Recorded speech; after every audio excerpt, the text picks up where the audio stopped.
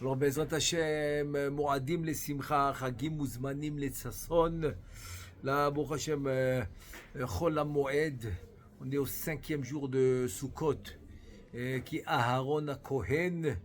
Et même bon, il y a beaucoup parlé à Aharon HaKohen, ce soir ça va être Yosef. Mais là, j'aimerais bien peut-être dédier ce cours pour Hoshana Rabbah, qui va être le dernier jour de Sukkot. Parce que Simchat Torah, c'est une fête en elle-même. C'est pour ça que d'ailleurs, dans le Kiddush, on va être obligé de faire Shechianu, Shmini Chagatzeret, c'est une fête en elle-même, c'est une nouvelle fête. Et comme Hoshana Rabbah, c'est un très très grand jour. C'est un très grand jour dans Am Israël. Donc on va essayer de l'expliquer.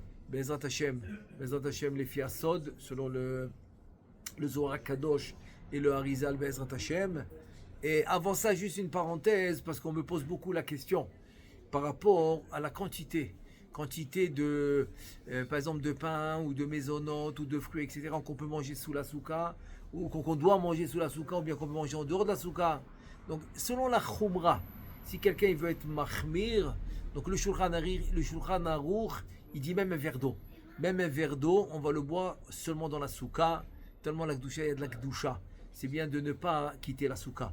C'est bien d'être, comme je l'ai répété plusieurs fois, c'est bien d'être fainéant. C'est bien d'être fainéant à Sukkot, ne jamais quitter la souka. Comme il dit Rabbi Eliezer, j'aime les fainéants à Sukkot. Mais d'être fainéant, c'est pas bien. Oui, mais à Sukkot, c'est bien. Comme ça, tu quittes pas la souka. Ça, c'est bien. Donc la khumra, c'est même un verre d'eau dans la souka. Maintenant, la halacha, c'est quoi? Jusqu'à 54 grammes qui est kabetza, 54 grammes, on peut manger le pain en dehors de la souka, jusqu'à 54 grammes. Plus que 54 grammes de pain, on doit le manger sous la souka obligatoire et faire la bracha leshev basouka. Maintenant, si c'est mésonote, jusqu'à 54 grammes qui kabetza, on peut le manger en dehors de la souka. 54 grammes et plus de mésonote, on est obligé de le manger sous la souka, mais sans la bracha de leshev basouka. C'est quand il y aura mésonote. Quand il y aura mésonote, c'est quand qu'on peut faire leshev basouka. Alors 162 grammes. C'est pas obligé d'arriver à 216 comme d'habitude. C'est la marloquette avec le Rambam, Rashi, etc. Les 3 bétim ou les 4 bétim, etc. Et donc à Sukkot, comme c'est Gviout, ça s'appelle Gviout, c'est Ouda. Donc à Sukkot, 162 grammes de mésonote. On doit faire la bracha leshev basouka. Et c'est même, par exemple, ça peut être un plat de spaghetti, de couscous. Tous ces s'appellent masekdera qui étaient cuits dans la marmite, même si ce n'était pas au four. Toutes ces choses-là qui sont cuites, ça s'appelle des petites times, des bourgoules, des koubekoutas, ça s'appelle masekdera. C'est comme des sortes de spaghettis maisonnotes qui sont cuits dans la marmite. C'est pas beaucoup. 162 grammes, c'est pas beaucoup. Ça peut être une assiette. Ça peut être une assiette de spaghettis, donc il faut faire attention. S'il y a le chiour, il faut faire la bracha, leshev basouka. Maintenant, je veux juste rapidement, tout ça c'est une parenthèse avant de parler vraiment de Hoshana Rabbah, parenthèse importante parce que c'est quelque chose qu'on vit tous les jours. Je veux juste résumer l'histoire du goy. Est-ce que c'est permis de faire entrer un goy dans la souka ou pas? Alors, je vais commencer par ce qu'il dit Moed le Kolchai, c'est le premier qu'on a parlé. Moed le Kolchai, il s'appelle Rabbi Chaim Palaji alav shalom. Lui, il ramène, selon le Zohar Kadosh, il dit que interdit. Assour, l'achnis goy, interdit de rentrer le goy à la souka. Pourquoi? Parce que la souka, elle s'appelle Tzila de Memnuta. Memnuta, c'est le tzel, c'est l'ombre de la Emouna. Il dit que le goy n'a rien à voir avec la Emouna. Le goy n'a rien à voir avec la Emouna. Et si tu fais rentrer le goy dans la souka, donc la Gdusha, elle se sauve. La Kedusha de la souka, elle va se sauver, qui sont les 7 Ushpizin, qui sont Avraham, Yitzhak, Yaakov, Moshe, Aharon, Yosef et David. Ils vont se sauver de la souka et ils vont maudire Chaz Veshalom, des malédictions par rapport à le fait qu'on a rentré un goy. Quelqu'un m'a raconté que au Maroc, par exemple, il m'a raconté que c'était clair. Si le goy rentrait dans la souka, il le jetait tout de suite. Il ne le laissait pas franchir le seuil de la souka, même si c'est quelqu'un qui va venir débarrasser. Donc tout ça, c'est selon le sod, ça c'est ne pas faire entrer un goy. Mais quand même, je veux quand même vous dire la halakha, pourquoi? Parce que des fois, il y a une nécessité. Des fois, il y a un vieux qui n'a pas la possibilité de fonctionner tout seul, il a besoin d'aide. Donc des fois, le goy doit l'accompagner. Donc attends, il est obligé d'aller à la souka. Et le goy est obligé d'être avec lui. Comment on fait? Alors, s'il y a une obligation de faire entrer le goy, comme par exemple un vieux qui peut pas fonctionner tout seul, alors c'est mieux par exemple, il y a des fois des possibilités où par exemple, il y a une partie de la souka qui est par exemple, sous un balcon, donc cette partie elle est pas sous, que le goy il se met dans la partie qui est pas cachère de la souka, et que le vieux qui est juif, il se met dans la partie cachère de la souka. Ça c'est une possibilité. Et comme ça il a réglé le problème. Et si c'est pas possible, et si même ça c'est pas possible, donc c'est sûr que ça va être permis. Pourquoi? Ça va être permis parce que selon la halakha du Shulchan Aruch, tout ce qu'on a interdit de rentrer le goy, c'est parce qu'on lui fait du kavod. Tu fais du kavod à un goy quand tu reçois les shiva ushpizin, quand tu reçois la gdusha des ushpizin qui sont les piliers de Am Israël, Avraham, Yitzhak, Yaakov, Moshe, Aharon, Yosef et David. Comment tu les reçois et tu fais kavod à un goy? C'est ça que la halakha a interdit. Mais si c'est pas un kavod, c'est quelqu'un qui travaille pour toi. C'est quelqu'un qui travaille pour le vieux, pour l'aider, etc.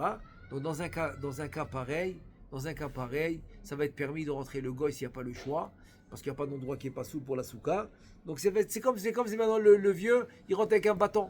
Il a une canne, il rentre avec sa canne pour s'appuyer. Donc le goy c'est comme une canne. Il travaille, c'est pas du kavod. Il lui fait pas du kavod du tout. Donc là ça va être permis. De le faire entrer. Juste rapidement, des questions qu'on vit tous les jours à Chol HaMoed, qu'on me pose souvent, c'est par exemple se couper les cheveux. Alors on sait que Chachamim, dans le Siman Tafkouf Lamed Aleph du Shulchan Aruch, ils ont interdit de se couper les cheveux et de se raser à Chol HaMoed. Pourquoi? Parce que c'est une xéra. C'est un décret des Chachamim pour ne pas que l'homme, il se dit c'est bon, j'ai pas besoin de le faire avant la fête, j'ai le temps à Chol HaMoed, donc il va rentrer à la fête pas bien, avec les cheveux longs, etc.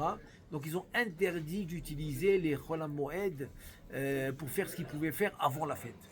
Si tu pouvais le faire avant la fête, tu ne peux pas le faire à Chol HaMoed. Donc c'est pour ça que c'est une interdiction catégorique que de se couper les cheveux et de se raser. Par contre, si c'est rien que par exemple la moustache qui est trop longue, qui couvre la bouche, ça va être permis. Ça va être permis de tailler la moustache à Chol HaMoed, ça c'est permis.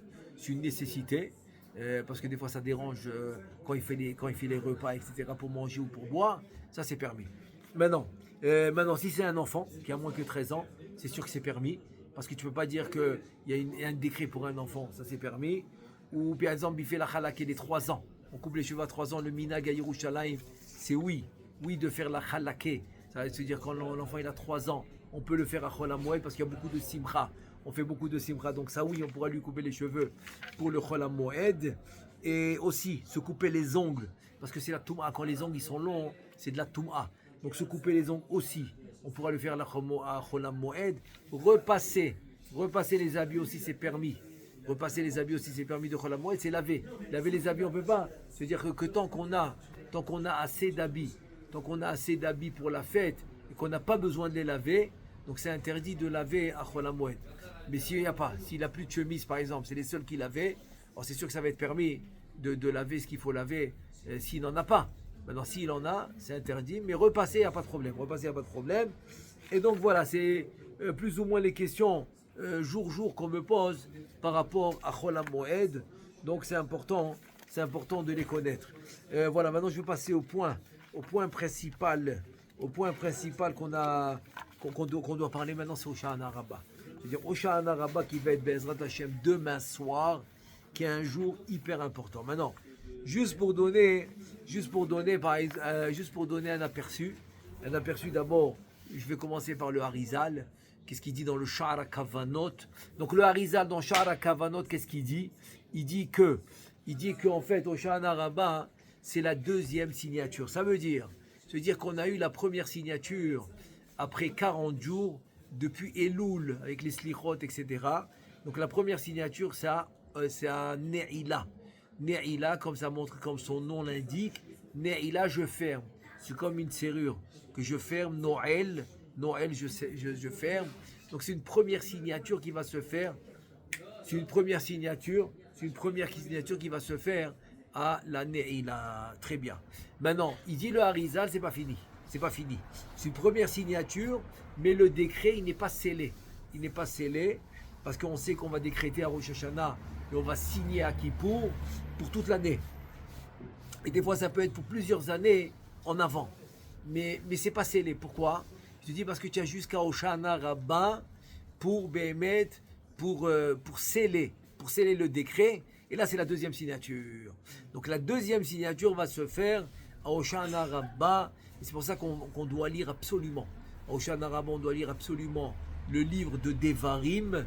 Le livre de Devarim avant Chatzot de la nuit. Moi, je parle de demain soir, c'est-à-dire mardi soir. Mardi soir, c'est bien de commencer vers 10h. Comme ça, on peut finir avant Chatzot. Chatzot, il va être à peu près à minuit chez nous, quoi. Chacun, il regardera selon son calendrier. Mais chez nous, on va dire qu'il va finir à midi 20, Chatzot midi 24, à peu près midi 24, midi 25.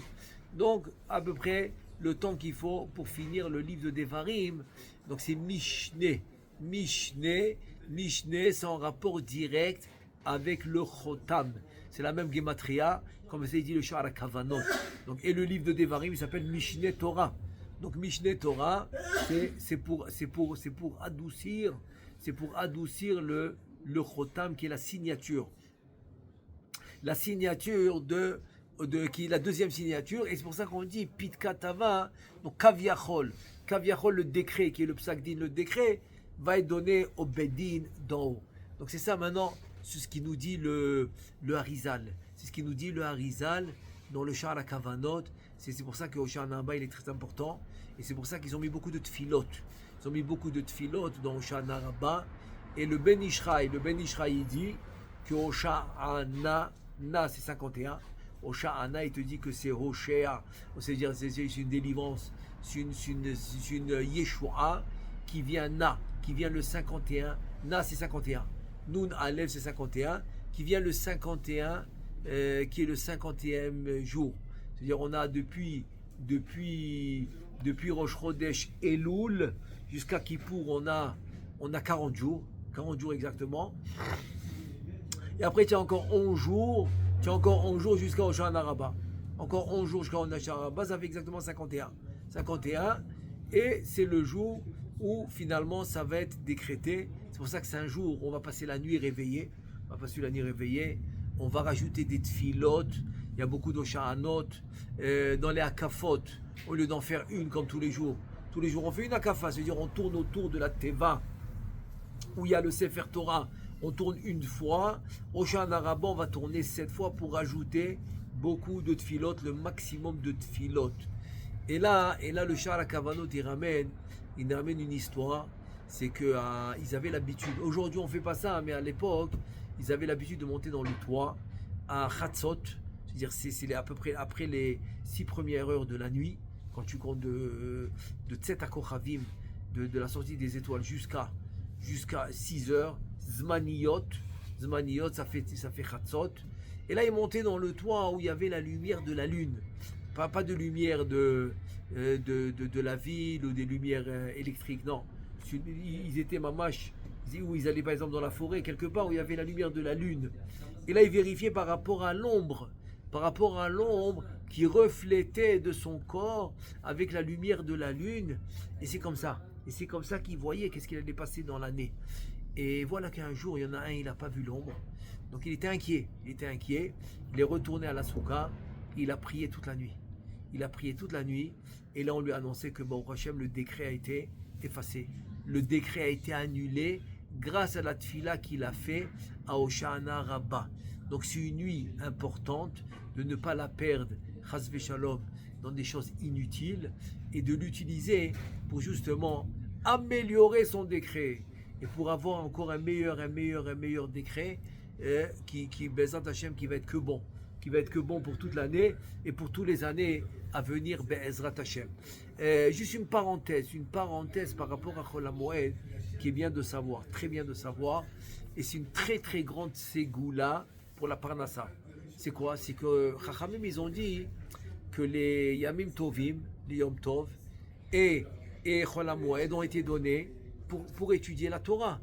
Maintenant, quelqu'un toute l'année qui est occupé avec ses affaires, avec le business, avec la Parnassa, donc je comprends. il est occupé. Donc quand vous lui dit, je comprends, c'est normal. Tu as une famille, tu dois subvenir à leurs besoins. Donc c'est normal que tu sois occupé. Mais qu'est-ce qui arrive maintenant si à Chol HaMoed ou à Yom Tov ou à Shabbat, que là tu n'es pas occupé. Là tu peux étudier. Si maintenant l'homme il étudie à ce moment-là, à Shabbat, Yamim Tovim et Chol HaMoed, il étudie. Donc il est en train de prouver que quoi? Que tout ce qu'il n'a pas étudié pendant Yom Chol, c'est parce que vraiment il avait une bonne raison. Il était occupé, il était taroud, il était occupé à cause de la parnassa. Et donc, qu'est-ce qu'il fait à Kadosh Baruch Hu, lui donne la bracha. Il dit, ah, maintenant j'ai compris. C'est-à-dire que Yom Chol, tu ne peux pas étudier parce que tu es occupé. Viens, je te donne la bracha. Et en te donnant la bracha, donc tu auras le temps, même à Yom Chol, d'étudier. Tellement il aura la bracha. Ici, maintenant, Chas Veshalom, le contraire. Même à Chol HaMoed, il n'étudie pas, par exemple, Chas Veshalom.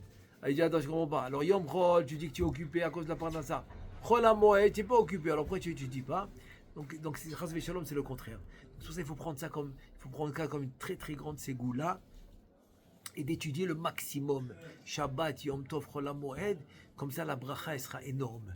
La bracha elle sera énorme, donc il n'aura pas besoin de beaucoup travailler. Il pourra utiliser le temps pour étudier, pour prier, pour faire des cours qu'il aime ou pour étudier des livres qu'il aime, de Torah, etc.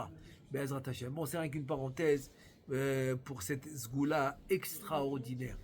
Maintenant, je veux ramener, qu'est-ce qu'il nous dit le Rama Mipano? Le Rama Mipano, Rabbi Menachem Azaria, qui est le Talmid du Harizal. Ça veut dire que quoi? Ça veut dire que le Harizal, il avait un Talmid, un premier élève, qui s'appelle Rabbi Israël Saroug, qui était juste avant Rabbeinu Chaim Vital. Et donc cet élève, le Harizal l'a envoyé en Europe.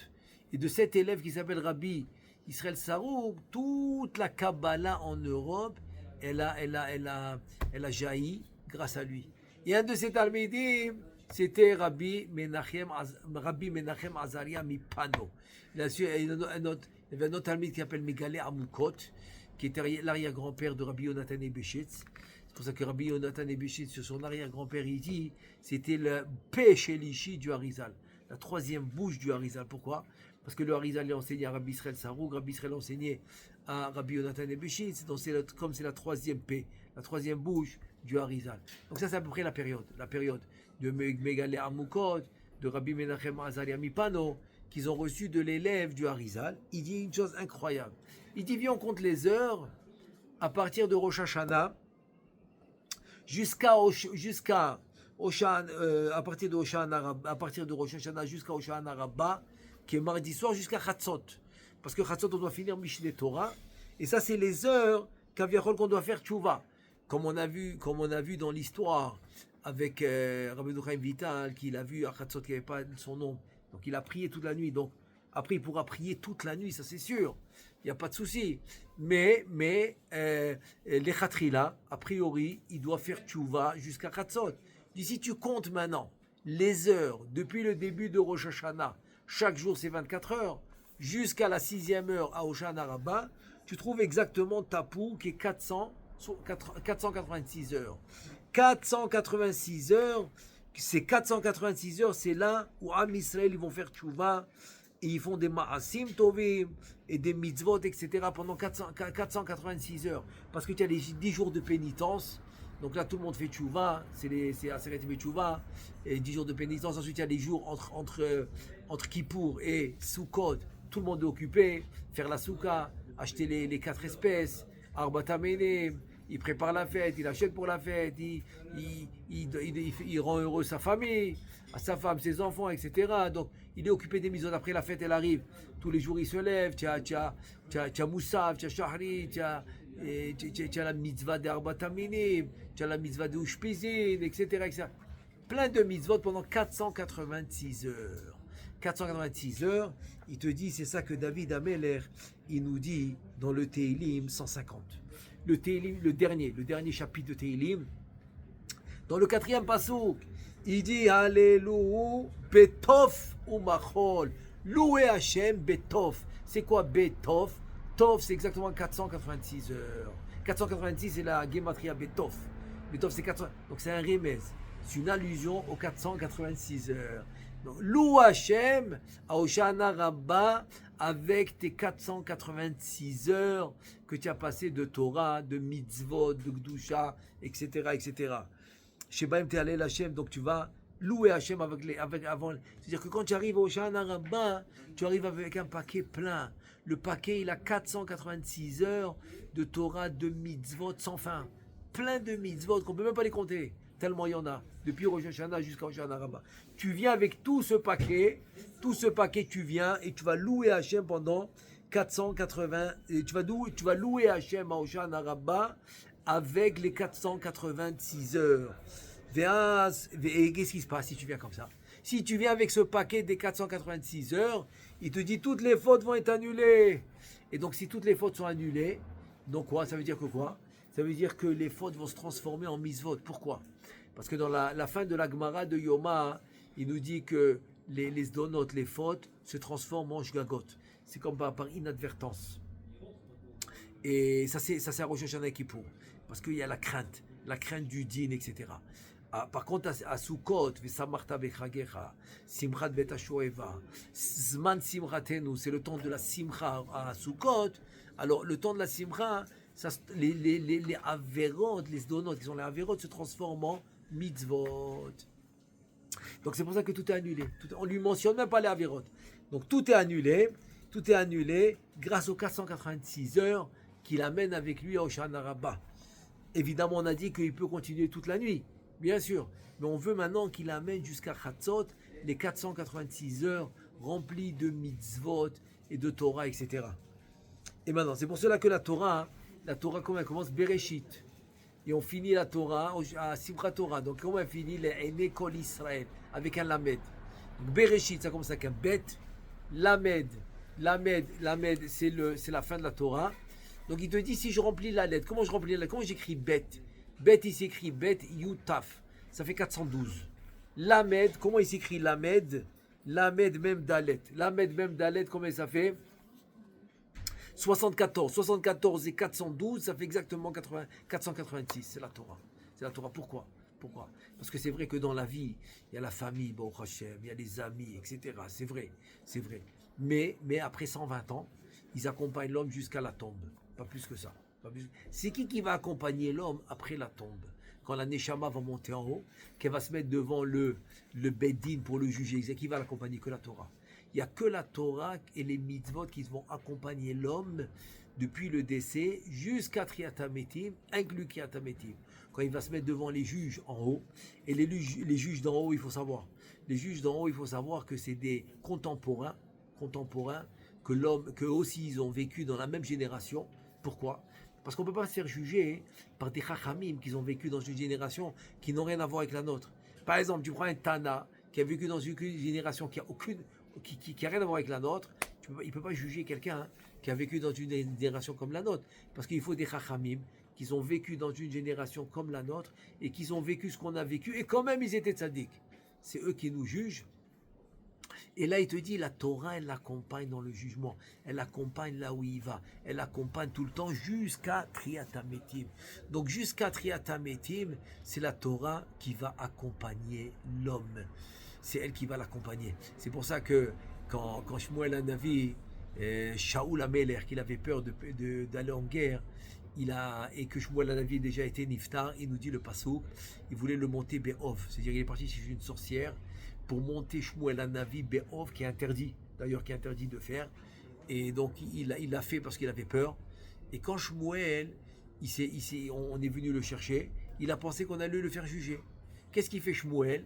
Il va chercher Moshe Rabbeinu, il lui dit viens témoigner que j'ai fait la Torah. Parce qu'on sait que Shmuel est un très très très grand tzaddik, et il a même pas profité de ce monde tellement il était tzaddik. Et donc voilà, il avait fait toute la Torah. Donc tu vois parce que Moshe Rabbeinu ça représente la Torah. Donc il demande à Moshe Rabbeinu viens témoigner sur moi. Pourquoi? Parce que la Torah est oubliée. Et tout de suite Moshe Rabbeinu il y va. Pourquoi? Parce que la Torah, elle est obligée d'être là pour l'homme depuis son décès jusqu'à Triat HaMetim. Donc c'est la seule chose vraiment qui va être avec l'homme. C'est pour ça que ça fait le Remez. Bait, Bet et Lamed, ça fait exactement les 486 qui va venir avec Hoshana Rabbah, qui va le sauver de tout. Alors maintenant, je vais juste rajouter ce qu'il nous dit le Sfat Emet. Sfat Emet, il dit un truc incroyable. Chachamim, ils ont instauré beaucoup de filotes au Hoshana Rabbah. Pourquoi? Parce qu'au Hoshana Rabbah, il te dit, on peut avoir la délivrance, on peut avoir la Yeshua. On peut avoir la Yeshua au Hoshana Rabbah. Et il te dit même ceux qui ont rien. Pourquoi? On sait qu'on a le Etrog, le Lulav, les Hadas et Arava. Etrog, on sait que ça représente le goût et l'odeur, donc c'est la Torah et les mitzvot. Lulav, c'est seulement le goût, c'est les dates. Et donc il n'y a que la Torah, il n'y a pas les mitzvot. La Hadas, c'est le contraire, il n'y a que l'odeur, donc il n'y a que les mitzvot, pas la Torah. Mais il y a la Arava, elle n'a rien. Même ceux qui n'ont rien, la Arava qui n'a ni goût ni odeur, aussi ils pourront avoir la Yeshua à Hoshana Rabbah. C'est pour ça qu'ils ont instauré les tfilotes. Et là maintenant, la question elle se pose, attends, pourquoi eux plus que les autres? Parce qu'ils n'ont rien. Comment c'est possible? Non. Sfat Emet, il dit non, c'est rien qu'une allusion. C'est pas qu'ils n'ont rien vraiment. C'est que quelqu'un il a tout, mais il va se comporter, c'est-à-dire il aura vraiment un sentiment de savoir que tout vient d'Hachem. Donc vraiment, il n'a rien. C'est pour ça qu'à la fin, après 120 ans, tout le monde s'en va avec les mêmes habits dans la tombe, ce qu'on appelle les tachrichim. Tachrichim, c'est le tissu blanc de lin, de pishtan, qui va là. Tout le monde, ils vont avec la même chose. Il n'y a personne qui va aller avec un meilleur habit que l'autre. Donc ça veut dire que que tout reste dans ce monde. Donc l'homme, il doit avoir cette sensation que dans ce monde, il dit David Amer, Daloti, Veli Yoshia. Mais c'est Daloti. Daloti, c'est Dal, c'est pauvre. Je me suis comporté comme un pauvre dans le sens que tout vient d'Hachem. Quand un pauvre, c'est pas parce que je vis comme le non, c'est que je vais avoir le sentiment que tout vient d'Hachem. Donc c'est comme un pauvre, tout est à lui. Il te dit Veli Yoshua, j'ai eu la Yeshua. Et donc ça veut dire que quoi? Je veux dire que le fait qu'on sait qu'on n'a rien, le fait qu'on sait qu'on est pauvre, dans le sens que tout appartient à Hachem, il dit la Yeshua elle vient. Et le Yalkut Shimoni il dit que chez Ani Dana Linae Loshia c'est-à-dire que quoi? C'est-à-dire que quand je me sens un pauvre, que j'ai rien, parce que tout est à Hachem, la Yeshua, elle peut venir. Comme il dit le Passouk, la Gemara dans Choulin, elle ramène le Passouk, l'Omeru Bechem. C'est quoi l'Omeru Bechem? Le Pshat, c'est que Hachem, il vous a choisi, pas parce que vous êtes les plus nombreux, pas parce que vous êtes les plus forts dans la terre, non. Il vous a choisi parce qu'il a aimé Avram, Israël et Yaakov, Moshe, Aaron, Yosef, David, etc. Les piliers de Am Israël. Donc, Akadosh Baruch Hu, il nous aime grâce à eux. Donc, c'est ça, ça veut dire Meru Bechem. Mais il te dit le remez, le raisin de l'homme Bechem, c'est quoi le remez? Il te dit l'allusion, c'est quoi?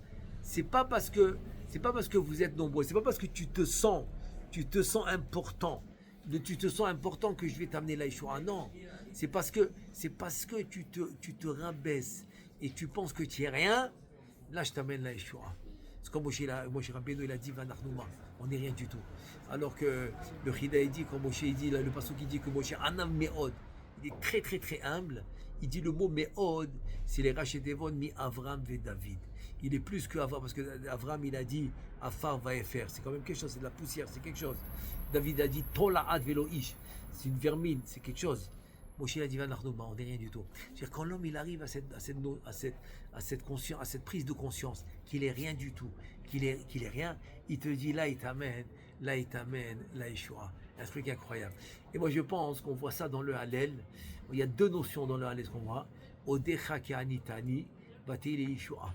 Je t'ai remercié et tu m'as répondu, j'ai eu la Yeshua, la rédemption. Et il y a un autre passage qui dit Ze'ayom asa Hashem nagila venis mechabo. Donc ces deux notions, comment on les voit? On les voit comme ça. On les voit que Ze'ayom, c'est-à-dire que Ze'ayom, ce jour-là, si je suis conscient, c'est qui l'a créé ce jour-là où je vis. Baruch Hashem Yom Yom, chaque jour que je vis, il y a quelqu'un qui est en arrière de ce jour-là. Donc Akadosh Baruch Hu me prépare un jour devant moi que je vais traverser, que ce soit des épreuves, etc. Si je sais que Ze'ayom, ce jour-là, Asa Hashem, c'est Hashem qui a fait ce jour-là. C'est Hashem qui a créé ce jour-là. Donc Nagila Venis Mechabo, j'ai aucun problème d'être heureux. J'ai aucun problème d'être saméa. Parce que c'est Hachem qui l'a fait. Et l'autre, c'est quoi? Odecha Keanitani. Je comprends pas. Odecha, je t'ai remercié, tu m'as répondu. Mais où c'est écrit que tu as prié? Comment ça, Odecha Keanitani, tu m'as répondu, tu m'as répondu? C'est pas écrit j'ai prié, tu as prié, je t'ai répondu. Non. Odecha, je t'ai remercié, tu m'as prié. Pardon, je t'ai remercié, tu m'as répondu. Bahili, j'ai eu la rédemption. Alors en fait, ça veut dire qu'il y a des fois vraiment, comme il dit ici, l'omeru bechem, tu ne sens rien du tout. D'Allah, tu te sens comme un pauvre, tu n'as rien du tout. Tu pries, on ne te répond pas, il n'y a rien qui se passe. Qu'est-ce qu'il dit David Ameler, un très très très grand son? Eh bien, Odecha, tu vas remercier. En remerciant Hachem, c'est-à-dire que le remercier Hachem va remplacer la tfila, va remplacer le fait de remercier Hachem, va remplacer la tfila. As Odecha, je t'ai remercié dans des moments vraiment où j'avais rien d'autre à faire, parce que j'étais vraiment, comment on dit, sans issue. Donc Odecha, je t'ai remercié. Anita, tu m'as répondu. Tu m'as répondu même quand à un moment que j'avais rien à faire, rien que je t'ai remercié, tu m'as répondu. Et comme ça, j'ai eu la Yeshua. As Bezrat Hashem, qu'on puisse profiter ce jour extraordinaire de Hoshana Rabbah. Bezrat Hashem, Amen ve Amen.